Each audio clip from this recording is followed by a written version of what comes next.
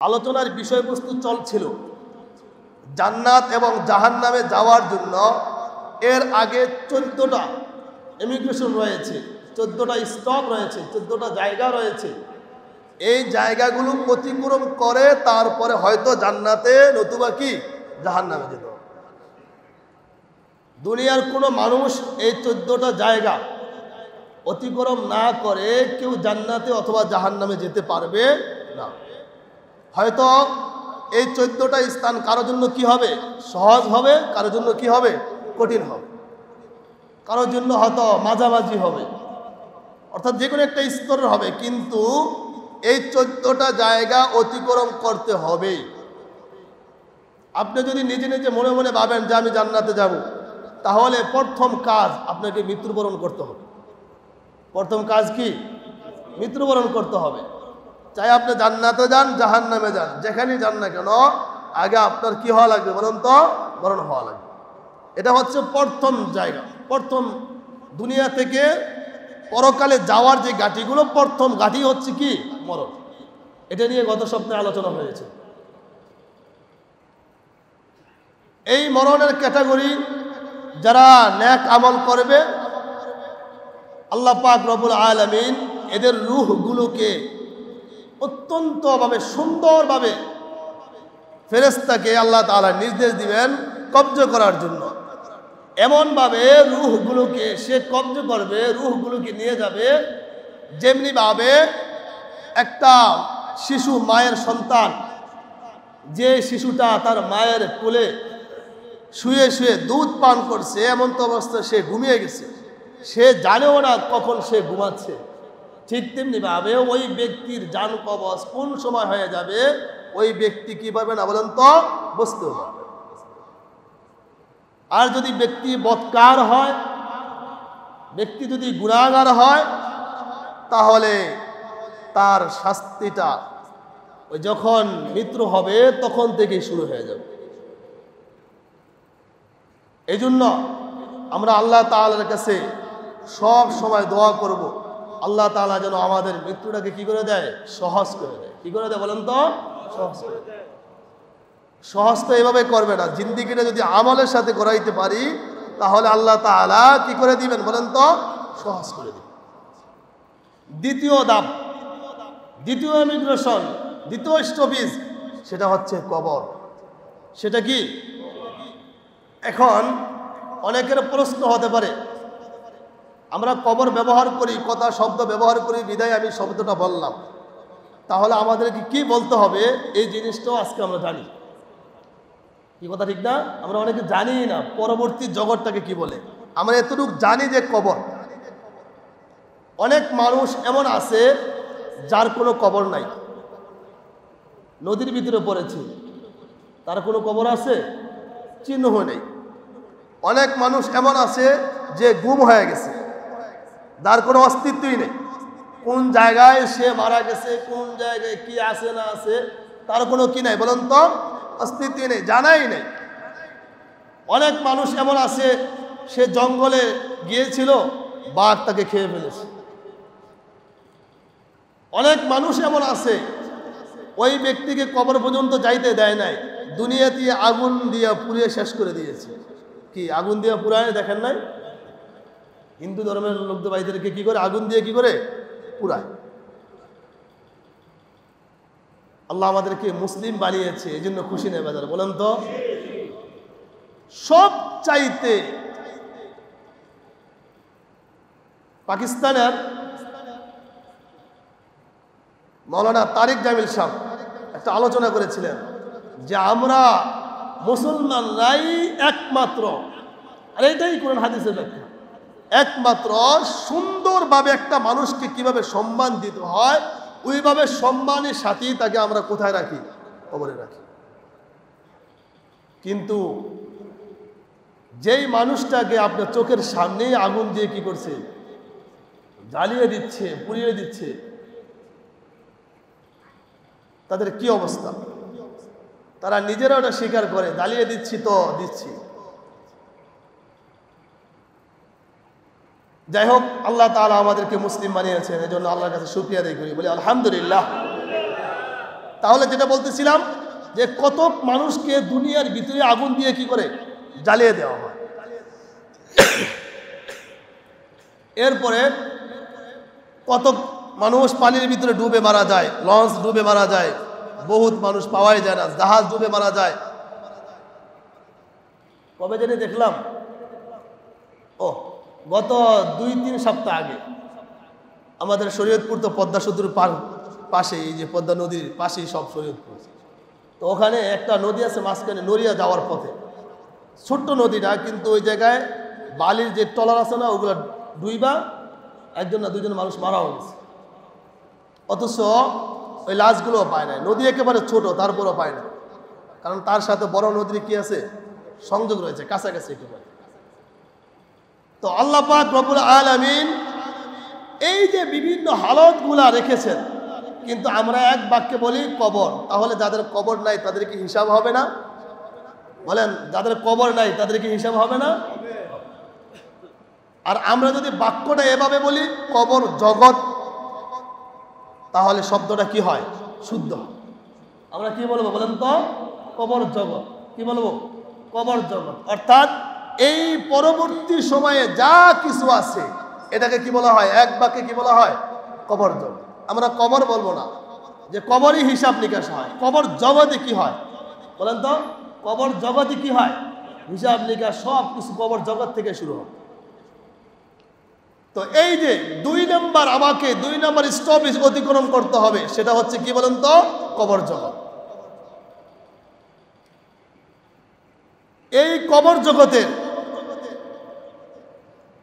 আমল, এই কবর জগতের যা কিছু আছে এগুলো কি কবরে গিয়ে করবেন না দুনিয়াতে থাকা অবস্থায় করবেন? তাহলে আমরা যখনই কবরে একটা মানুষকে রাখি, যেটা আমরা স্বাভাবিক দৃষ্টিতে দেখি, একটা মানুষকে যখন কবরে রাখি সাথে সাথে কি বলি? বিসমিল্লাহি ওয়া আলা মিল্লাতি রাসূলিল্লাহ। এই দোয়াটা পড়ি তো আমরা কবরে রাখি নাকি? বিসমিল্লাহি ওয়া আলা মিল্লাতি রাসূলিল্লাহ, আল্লাহ রসুলের অনুসরণে আল্লাহ তাআলার নামের উপরই আমি তাকে কবরে রাখলাম। কিন্তু কয়জন ব্যক্তি এমন জমিনের ভিতরে আছে যেই ব্যক্তি আল্লাহ তাআলাকে জমিনের ভিতরে ডেকে আল্লাহ রসুলের পদাঙ্ক অনুসরণ করে চলেছে? কয়জন ব্যক্তি এমন আছে?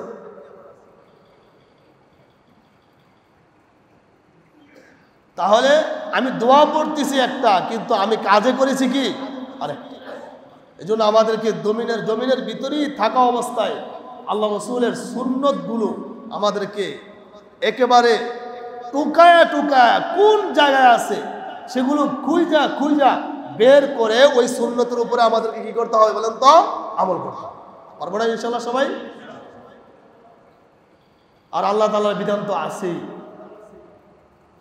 এই কবর জগৎটা বড় কঠিন। এই কবর জগৎটা কি বড় কঠিন। সৈয়দনা ফারুক আজম হযরত ওমর ফারুক রাদিয়াল্লাহু তাআলা আনহু, জলিলুল কদর একজন সাহাবী, যেই সাহাবী শুয়ে আছেন জনাবে মুহাম্মদুর রাসূলুল্লাহ সাল্লাল্লাহু আলাইহি ওয়াসাল্লামের রওজা মুবারকের পাশেই। কথা ঠিক না? ইসলামের অন্যতম কয়েকজন সাহাবীর মধ্যে একজন সাহাবী হচ্ছে কে? হযরত ওমর ফারুক রাদিয়াল্লাহু তাআলা আনহু।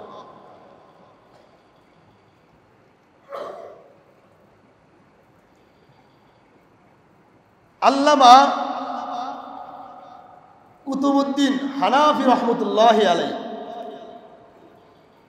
আল্লামা কুতুবউদ্দিন হানাফি রহমতুল্লাহি আলাইহি তার কিতাবের ভিতরে তারিখুল মদিনা কিতাবের নাম কি বলেন তো? তারিখুল মদিনা। আল্লামা কুতুবউদ্দিন হানাফি রহমতুল্লাহি আলাইহি তার কিতাব তারিখুল মদিনার ভিতরে একটা ঘটনা উল্লেখ করেছে ওমর ফারুক রাদিয়াল্লাহু তাআলা আনহু সম্পর্কে, যে যখন ওমর ফারুক রাদিয়াল্লাহু তাআলা আনহু দুনিয়া থেকে বিদায় নিয়েছেন, তখন তাকে কবরের জগতের ভিতরে জিজ্ঞেস করা হয়েছে, মার রব্বুকা, কি জিজ্ঞেস করা হয়েছে বলেন তো? সবাই জোরে বলেন। জিজ্ঞেস করা হয়েছে মার রব্বুকা। তখন এক ব্যক্তি স্বপ্নে দেখেছে, তিনি দুনিয়া থেকে চলে যাওয়ার পর এক ব্যক্তি স্বপ্ন দেখেছে যে উমর ফারুক রাদিয়াল্লাহু তাআলা আনহুকে মুনকার নাকির কবরে আয়েশা জিজ্ঞেস করতেছে, মার রব্বুকা, তোমার রব কে?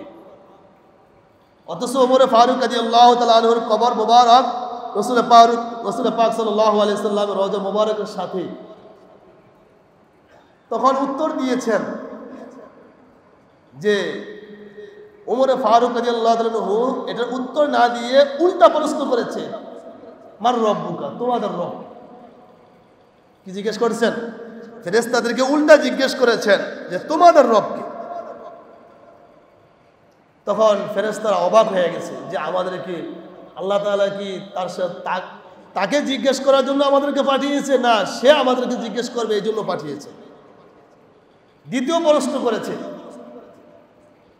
মান নাবিয়ুকা, আল্লাহ নবী সাল্লাল্লাহু আলাইহি ওয়াসাল্লামের চেহারাটাকে ঘুরিয়ে দিয়ে ওমর ফারুক রাদিয়াল্লাহু তাআলা আনহুর সামনে একেবারে সামনাসামনি করে জিজ্ঞেস করেছে, মান নাবিয়ুকা, তোমার নবী কে এবং এই ব্যক্তিটাকে তুমি চিনো?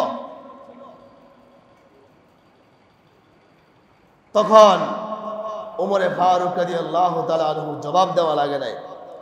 হুজুরে পাক সাল্লাল্লাহু আলাইহি ওয়াসাল্লাম উত্তর দিয়েছে যে ওমর আল্লাহ তাআলাকে এবং রসুলকে যতটা চিনে তোমরা ফেরেশতারাও অতটা তোমরা আল্লাহকে চেনো না। সুবহানাল্লাহ, কেমন সাহাবী! আমি বলতেছি, তার উদাহরণগুলো বলতেছি। কেমন সাহাবী ছিলেন ওমর ফারুক রাদিয়াল্লাহু তাআলা আনহু। কবর জগৎটা যে কত ভয়ঙ্কর এটা বোঝানোর জন্য এই উদাহরণগুলো আছে।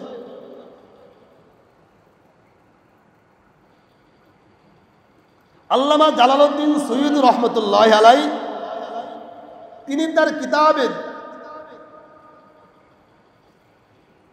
নূরুস সুদূর কিতাবের নাম, আল্লামা জালালউদ্দিন সৈয়দ রহমতুল্লাহ আলাইহি তিনি তার কিতাবে নূরুস সুদূর কিতাবের ভিতরে ঘটনা উল্লেখ করেছেন। ওটা তো ওমর ফারুক রাদিয়াল্লাহু তাআলা আনহুর ইন্তেকালের পরপরই ঘটনা। আরেকটা ঘটনা ঘটেছে, আরেকজনের স্বপ্ন দেখেছে ওমর ফারুক রাদিয়াল্লাহু তাআলা আনহু দুনিয়া থেকে চলে যাওয়ার 10 বছর পর। কয় বছর পর বলেন? কয় বছর পর? 10 বছর পর। কি স্বপ্ন দেখেছেন? ওমর ফারুক রাদিয়াল্লাহু তাআলা আনহুকে জিজ্ঞেস করছেন, ওমর তোমার অবস্থা কেমন কাটতেছে? এই পরকাল জগতের কবর জগতের অবস্থাটা তোমার কেমন কাটছে? প্রশ্ন করেছে। ওমর ফারুক রাদিয়াল্লাহু তাআলা আনহু বলেন, আমি যে দুনিয়া থেকে চলে আসছি কবর জগতে কতদিন হয়েছে? ওই ব্যক্তি উত্তর দিয়েছে 10 বছর। কয় বছর? ওমর ফারুক রাদিয়াল্লাহু তাআলা আনহু বললেন যে আমি যেই শাসন আমল কায়েম করেছিলাম, আল্লাহর যেই বিধান আমি যে জমিনের ভিতরে এই বিধান মোতাবেক মানুষগুলোকে চালানোর জন্য এবং যেই শাসন আল্লাহ তাআলা আল্লাহর বিধান কায়েম করার জন্য আমাকে আল্লাহ তাআলা রাজা বানিয়েছিলেন, বাদশা বানিয়েছিলেন, খলিফা বানিয়েছিলেন, আমি ওই কাজগুলো ঠিকমতো করতে পারছি কিনা তার প্রত্যেকটা হিসাব আমাকে দিতে দিতে দিতে 10 বছর কেটে গেছে। কয় বছর? যার শাসন আমলটা এমন ছিল বাঘ এবং মানুষ একসাথে পানি পান করতে পারে। বাঘ এবং বকরি একই সাথে একই কূপে পানি পান করতে পারত।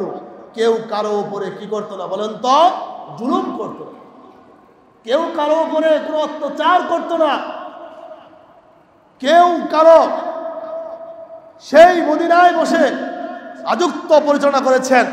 সারা পৃথিবীর ভিতরে এমনভাবে শাসন কায়েম হয়ে গিয়েছিল যে একজনের একটা গাছের ফল গাছ থেকে পড়ে থাকবে, আর সে রাস্তার সেই ফলটা টুকায়ে অন্যজনে খাবে তার অনুমতি ব্যতীত, এই সাহসটা পর্যন্ত মানুষ কি করে নেয়, পায় না। আরেকজনের জমি অন্যায়ভাবে দখল করবে, এই সাহসটা পর্যন্ত পায় নাই। ওমরে ফারুক রাদিয়াল্লাহু তাআলা আনহুর বিভিন্ন ঘটনা রয়েছে, তিনি বিভিন্নভাবে মানুষকে পরীক্ষা করতেন, বিভিন্ন সুরতে মানুষের সামনে যাইতেন। এখন তো রাজা বাদশারা যাওয়ার জন্য আগে থেকে 2-3 দিন আগে থেকে রাস্তা কি হওয়া লাগে বলেন তো, পরিষ্কার করা লাগে। কিন্তু তাদের অবস্থা তো এমন ছিল না, কারণ এখন জুলুমও বেশি, আবার বয়ও কি বলেন, জুলুমও বেশি বয়ও বেশি। জুলুম আছে বিদায় বর্তমানে বয় বেশি। জুলুম ছিল না, কেউ তার উপরে আক্রমণ করবে এই সাহস কারণেই, যার কারণে কে রাজা আর কে প্রজা মানুষ চিনতেই পারত না।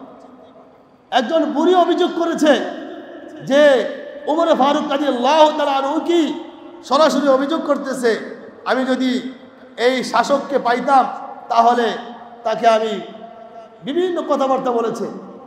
কিন্তু ঘটনাক্রমে জানতে পারলো ওমর ফারুক রাদিয়াল্লাহু তাআলা আনহু নিজেই কি শাসক।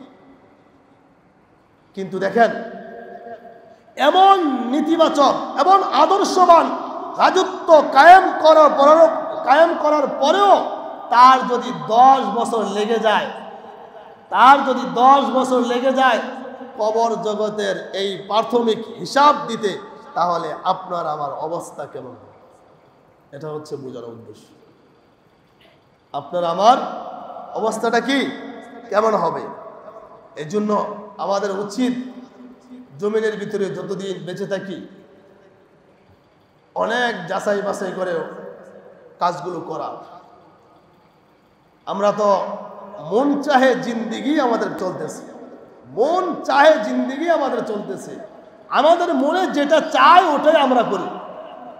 কিন্তু ইসলাম কোনটা আমাদের জন্য দিয়েছেন ওটা আমরা করি না, আমরা যেটা আমার মনে চাই ওটাকে আমি ইসলাম বানিয়ে নিয়েছি, ওটাকে আমার ইসলামের গণ্ডির ভিতরে আমি রেখে দিয়েছি। যার কারণে আজকে আমাদের এই দুর্দশা, আমাদের এই অবস্থা। এখন বলেন আমরা চলবো কি মোতাবেক, আমাদের নিজেদের থিওরি মোতাবেক না কোরআন এবং হাদিসের থিওরি মোতাবেক? জোরে বলেন। তাহলে কোরআনের ভিতরে কি সুদ খাওয়া হালাল? সবাই জোরে বলেন। কোরআনের ভিতরে সুদ খাওয়া হালাল না হারাম? ঘুষ খাওয়া, জুলুম করা, ব্যভিচার করা, নির্যাতন করা, অন্যায়ভাবে কারো সম্পদ গ্রাস করা, কাউকে ওজনে কম দেওয়া, কাউকে মাপে কম দেওয়া। তাহলে যেহেতু হারাম কাজগুলো কোরআন এবং সুন্নাহর ভিতরে রয়েছে, তাহলে এই হারাম কাজগুলো আমাদেরকে প্রথম ধাক্কায় আমাদেরকে এগুলো ছেড়ে দিতে হবে। পারবো না ইনশাআল্লাহ? আপনি হালাল পথে চলেন, রিজিকের মালিক আল্লাহ তাআলা, সব কিছুর মালিক যেহেতু আল্লাহ, আপনার হায়াতের মালিক আল্লাহ, আপনার মৌতের মালিক আল্লাহ, আপনার রিজিকের মালিক আল্লাহ, আপনার বাসস্থানের মালিক আল্লাহ, আপনার এই জিন্দেগিটা, এভরিথিং যে জিন্দেগিটা চলবে পুরা সময়টার মালিক আল্লাহ তাআলা। আল্লাহ তাআলা বলেন ইন্নাল্লাহা আলা কুল্লি শাইইন কাদির, আল্লাহু আলিমুম বিল-মুহিত। বিভিন্ন জায়গায় বিভিন্নভাবে আসছে, পুরা কিছু সব কিছু বেষ্টিত একমাত্র আল্লাহ তাআলার কাছেই। তাহলে আপনি আল্লাহ তাআলার সেই সীমার বাহিরে আপনি যেতে পারবেন না। যত চালাকি আমরা করি না কেন, যত জুলুমি আমরা করি না কেন, যত নির্যাতনী আমরা করি না কেন, যত হারাম খাইতে খাইতে আমি বিল্ডিং এর মালিক হই না কেন, যত সম্পদ আমি গড়াই না কেন, আমার ওই সীমানা পর্যন্তই শেষ। যারা জুলুম করে এদের উদাহরণটা কেমন জানেন? কুকুর চিনেন? কুকুর বলেন তো, কুকুর চিনেন না? কুকুরও চিনেন না? যেগুলা সারা কুকুর, একটা হচ্ছে পালিত কুকুর, ওটা আটকানো থাকে। পালিত কুকুর ওটা কি থাকে? আটকানো থাকে। কিন্তু যেটা ছেড়ে পালে, দেখবেন ওই কুকুর হয়তো দিন রাত 24 ঘন্টার ভিতরে 2-1 ঘন্টা হয়তো সে বিশ্রাম নেয়, আর বাকি অল টাইম দৌড়ের উপরে আসে। কিসের উপরে? বলেন কিসের উপরে? কিন্তু এই কুকুর যত দৌড়াদৌড়ি করে পরিশেষে দেখা যায় সে ওই জায়গায়। কোন জায়গায়? বলেন কোন জায়গায়? ওই জায়গায়। তাহলে যারা অন্যায় করে সম্পদ অর্জন করে, জুলুম করে সম্পদ অর্জন করে, যারা বিভিন্ন গুনাহের ভিতরে লিপ্ত, এই দুনিয়ার আকাশচুম্বী সেই সফলতা অর্জন করার জন্য এটা ভুল। পরিশেষে ওই অতটুকু, পরিশেষে কি বলেন তো? ওই অতটুকু, এর বাইরে আপনি যেতে পারবেন না। যতটুক আল্লাহ তাআলা আপনার আয়াতের ভিতরে আপনাকে দিয়েছে, ওর বাইরে আপনি যেতে পারবেন। কিন্তু এটা দুনিয়া হচ্ছে একটা ধোঁকা। দুনিয়া কি বলেন তো? একটা ধোঁকা। মানুষকে, দুনিয়া মানুষকে ধোঁকা দেয়। আল্লাহ দুনিয়ার ভিতরে পরীক্ষার জন্য পাঠিয়েছেন। দুনিয়া মানুষকে শয়তানের মাধ্যমে মানুষকে ধোঁকা দিচ্ছে, কিন্তু এই ধোঁকা থেকে আমাদেরকে কি করতে হবে? বাঁচতে হবে। তাহলে দুনিয়া, আমি মাঝে মাঝে বলি, আমরা দুনিয়া অর্জন করব আখিরাতকে সামনে রেখা। কাকে সামনে রেখা বলেন তো? আখিরাতকে সামনে রেখা। কিন্তু আখিরাত পিছনে রেখে দুনিয়া অর্জন করবেন, দুনিয়াও শেষ, আখিরাতও শেষ। বলেন দুনিয়াও শেষ, আখিরাতও শেষ। কথা ঠিক না ঠিক? কবরটা বড় ভয়ঙ্কর জায়গা। কেমন ভয়ঙ্কর? একজন আমলদার নেককার ব্যক্তিকে যখন কবরের ভিতরে রাখা হবে, হাদিস শরীফের ভিতরে আসছে, যখন একজন নেককার ব্যক্তিকে কবরের ভিতরে রাখা হবে, ফেরেশতারা তাকে প্রথমে যে প্রশ্ন করবে, মার রব্বুকা, তোমার রবকে। যদি ব্যক্তি যদি আমলদার হয়ে যায়, ব্যক্তি কি বলবে? রব্বি আল্লাহ, আমার রবকে। সবাই জোরে বলেন আমাদের রবকে। আরো জোরে বলেন আমাদের রবকে। ব্যক্তি উত্তর দিবে আমার রব আল্লাহ। দ্বিতীয় প্রশ্ন করা হবে, মান দীনুকা, তোমার দিন কি, তোমার ধর্ম কি ছিল?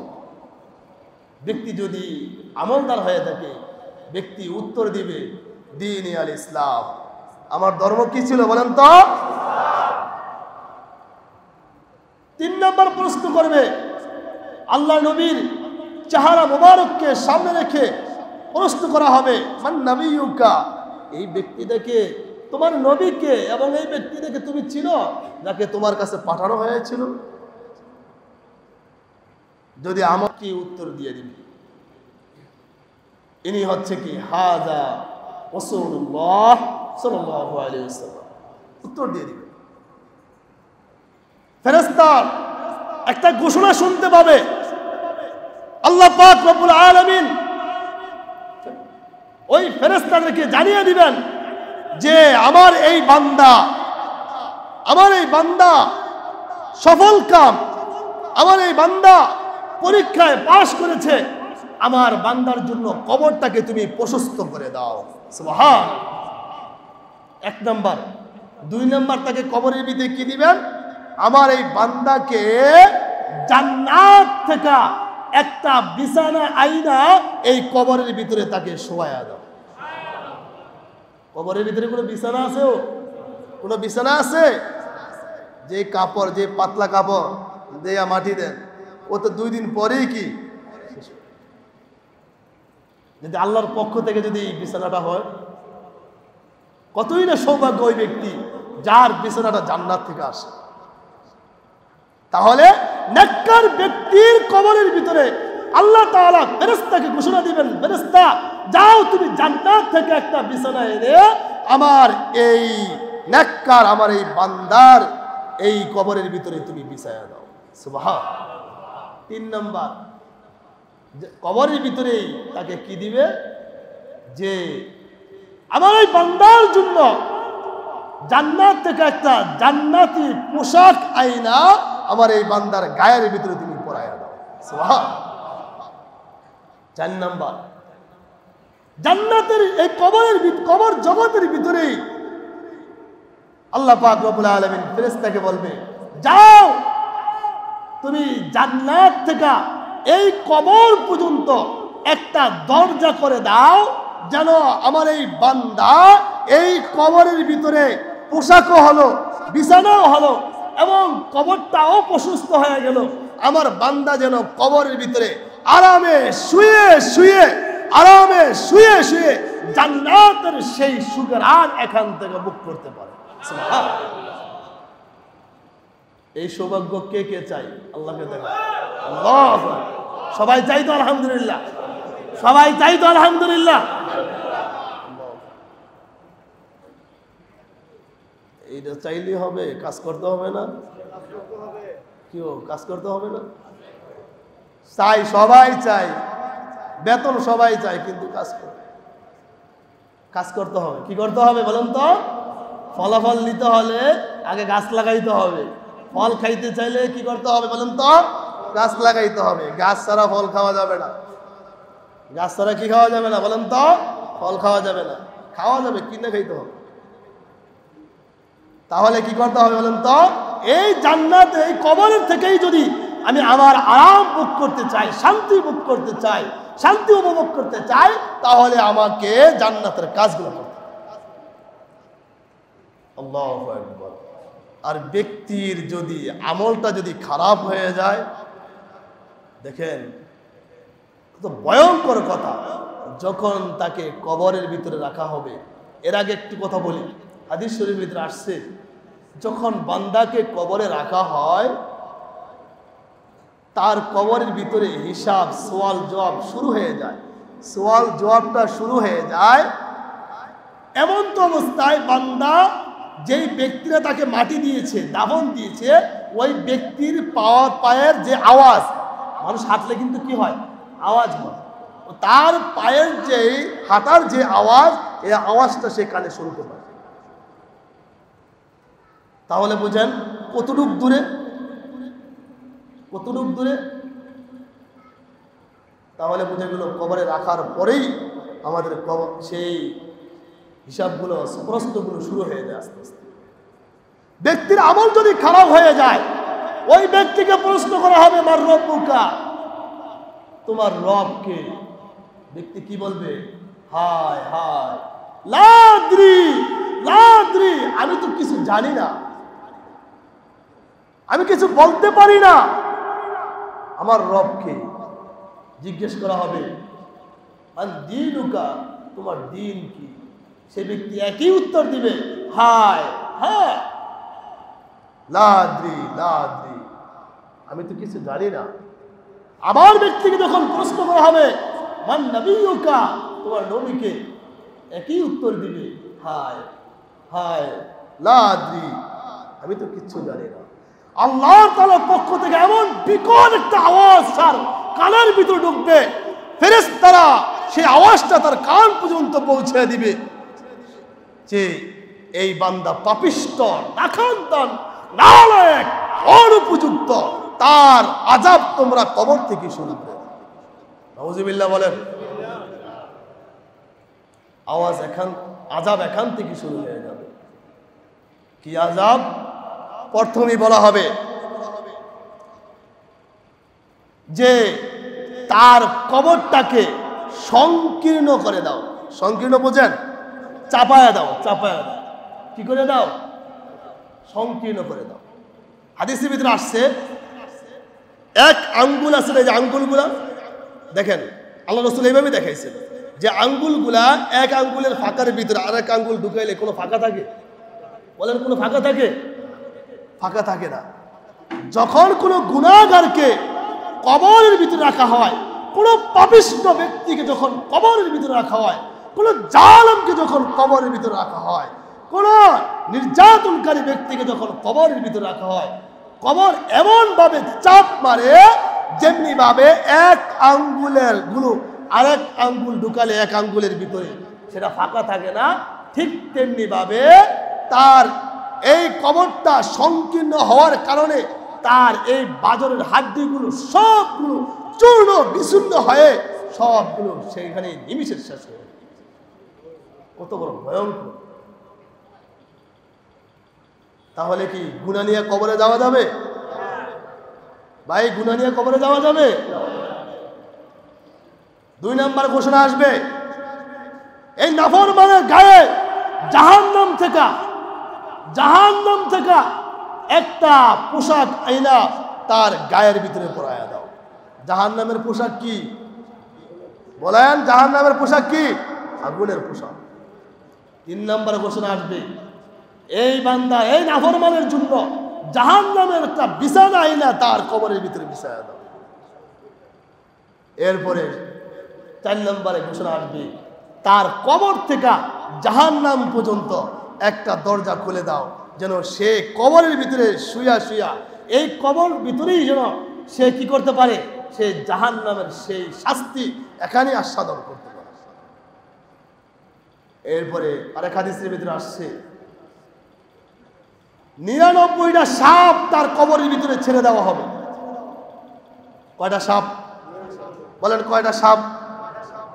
99টা সাপ তার কবরের ভিতরে ছেড়ে দেওয়া হবে। এর ব্যাখ্যা আল্লাহ রাসূল বলেছেন, একটা সাপ যদি এই জমিনের ভিতরে সবল মারে, শুধু শ্বাস শ্বাস নেয় অথবা শ্বাস ছাড়ে, তাহলে ওই সময় থেকে নিয়ে পৃথিবীর বুকে আর কোনো দিন পর্যন্ত কোনো ঘাস জমিনের ভিতরে জন্মাবে না। অর্থাৎ তার সেই সবলের ভিতরে এত বিষাক্ত থাকবে। দেখবেন এখন এক প্রকারের ঔষধ নামছে, ঔষধ যদি ঘাসের ভিতরে দেয়, ঘাস কি হয়ে যায় দেখছেন কিনা? তো সব শেষ হয়ে যায়। তাহলে কত বড় ভয়ঙ্কর সাপ! এই সাপ যখন দংশন করবে, এই মানুষটা একেবারে শতে শতে গজ নিচে সে চলে যাবে, আবার উঠানো হবে, আবার সে নিচে চলে যাবে। এরকম ভাবে তাকে শাস্তি কবরের ভিতরে দিতেই থাকবে। একটা দুইটা না, বহুত প্রকারের আযাব তার কবর থেকে শুরু হয়ে যাবে। এই কবরে আযাব কি বরদাস্ত করার মতো ক্ষমতা আমাদের আছে? বলেন ভাই, ক্ষমতা আছে আমাদের? আরে মিয়া, দুনিয়ার যে সামান্য মমের আগুন, যেটা আমরা ম্যাচ দিয়া জ্বালাই, ছোট্ট একটা ম্যাচের যেই শলা, এই শলা দিয়া জ্বালাই, এটা মমের উপরে রাইখা সাহাবায়ে কেরাম তো নিজেকে এইভাবেই তারা ঠিক করেছে। মমের ভিতরে আগুন জ্বালায়া আঙ্গুল দিয়া টেস্ট করেছে, দেখি আঙ্গুলটা রাখা যায় কিনা, আঙ্গুলটা রাখা যায় কিনা মমের ভিতরে। রাখতে পারে নাই। তখন তারা নিজেকে নিজেই প্রশ্ন করেছে, আরে আঙ্গুল, তুই এই মমের আগুন তুই সহ্য করতে পারছ না, যেই জাহান্নামের আগুন 1000 বছর যাবত সেটাকে জ্বালিয়ে পাথর এবং মানুষকে সেখানে রাখা হবে, পাথরকে রাখা হবে কয়লা স্বরূপ, আর সেখানে মানুষকে রাখা হবে লাকড়ি স্বরূপ। যে আগুনকে আল্লাহ তাআলা দীর্ঘদিন পর্যন্ত জ্বালিয়ে আগুনের লেলিয়ান হয় লাল, আর সেটাকে জ্বালতে, সেটা জ্বলন্ত অবস্থায় জ্বলতে জ্বলতে এমন হয়েছে সেটা কালো হয়ে গেছে, সে আগুনের ভিতরে তুই কিভাবে থাকবি? তো প্রশ্ন করেছে। তাহলে আযাব বড় কঠিন।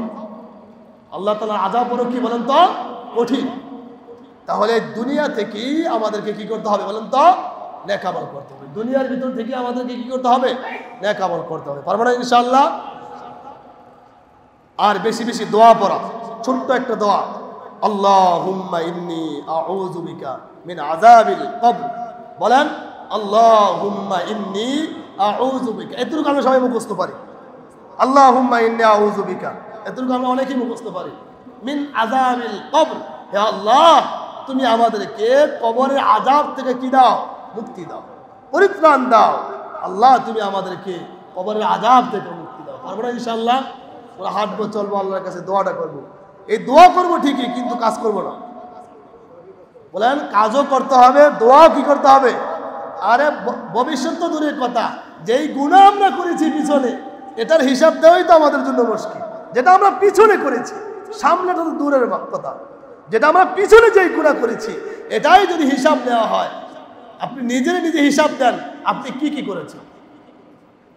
আল্লাহ তাআলা সকলকে মাফ করে দেন। সকলে বলে আমিন। আমরা খাস তওবা করব। খাস তওবা করলে আল্লাহ তাআলা কি করে দেন বলেন তো? মাফ করে দেন। কিন্তু এই কবর থেকে যদি আমরা এই কবর আযাব থেকে যদি বাঁচতে চাই, তাহলে আমাদেরকে কি করতে হবে এ নিয়ে আলোচনা করবো। এর আগে ছোট্ট একটা উদাহরণ বলি। হযরত মুসা আলাইহিস সালাতু ওয়াস সালাম একদিন রাস্তা দিয়ে যাচ্ছিলেন, দেখছিলেন যে কবরের ভিতরে আযাব হচ্ছে। কবরের ভিতরে কি হচ্ছে? আযাব হচ্ছে। দেখতে পেয়েছেন। আবার ওই রাস্তা দিয়ে আবার আসার সময় দেখছে কবরে আযাব কি হয়ে গেছে, বন্ধ হয়ে গেছে। তখন কবরবাসীকে জিজ্ঞেস করেছি, ভাই ব্যাপারটা তো বুঝলাম না, যাওয়ার সময় দেখেছি কবরে আযাব হচ্ছে, আসার সময় দেখছি কি আযাব বন্ধ হয়ে গেছে। তখন তিনি উত্তর দিয়েছে যে আল্লাহর নবী, আমি যখন মারা যাই তখন আমার একটা সন্তান তার মায়ের গর্ভে ছিল। ওই সন্তানটা যখন আমি মারা যাওয়ার পরে, সন্তানটা ভূমিষ্ঠ হওয়ার পর, ওই সন্তানটাকে যখন সন্তানটা লালন পালন করে একটু বড় হয়েছে, এই সন্তানটাকে একজন আলেমের কাছে তত্ত্বাবধানে মাদ্রাসায় কিংবা মুক্তবে তাকে ভর্তি করে দেওয়া হয়েছে। সে যখন এই বাচ্চাটা যখন কি শুরু করেছে, যেদিন সে মুখ দিয়ে জবান দিয়ে বলেছে বিসমিল্লাহির রহমানির রহিম, এটা বলতে দেরি হয়েছে, আল্লাহ তাআলা আমার কবরে আযাব মাফ করে দিয়েছে। এটা কি বুঝলেন? নেক সন্তান। কি সন্তান বলেন তো? কি সন্তান বলেন তো? সন্তানদেরকে বানাইতে হবে, নেক সন্তান বানাইতে হবে। আপনি স্কুলে পড়ান কোনো সমস্যা নেই, মাদ্রাসায় পড়ান কোনো সমস্যা নাই, কিন্তু আপনার সন্তানকে কি বানাইতে হবে বলেন তো? নেক সন্তান বানাইতে হবে। আওয়ালাদিন সালিহ ইয়াদউ লা, এমন নেক সন্তান যেই নেক সন্তান কবরের পাশে গিয়ে কি করে? দোয়া করে। এমন সন্তান বানায়েন না যেই সন্তান একজন প্রেমিকের জন্য তার মাকে জীবিত দুনিয়া থেকে বিদায় করে দেয়। ঠিক না বেঠিক? এরকম ঘটনা দেখেন নাই? দেখেন নাই গতকালকে ঘটেছে? একটা মেয়ের জন্য তার মাকে জবাই করে দিয়েছে, শেষ করে দিয়েছে। এমন সন্তান বানায়েন না যেই সন্তান দুনিয়াতে আপনাকে আযাব ভোগ করতে দিয়েছে। সন্তান এমন বানাইতে হবে যেই সন্তান জমিনের ভিতর থেকেই আপনার জন্য কি করে বলেন তো? দোয়া করে। আর সেই দোয়া আপনি কবরে বসে বসে পাইতে থাকেন। আরো কথা অনেকগুলো রয়েছে, সময় শেষ হয়ে গেছে। আর আপনাদের কাছে বিশেষ করে একটা দোয়ার দরখাস্ত। এই প্রথম আমার বাবু হতে যাচ্ছে, আপনারা সবাই দোয়া করবেন আল্লাহ তাআলা যেন একজন নেক সন্তান দান করে। সবাই খাস করে দোয়া করবেন আল্লাহ তাআলা যেন সমস্যা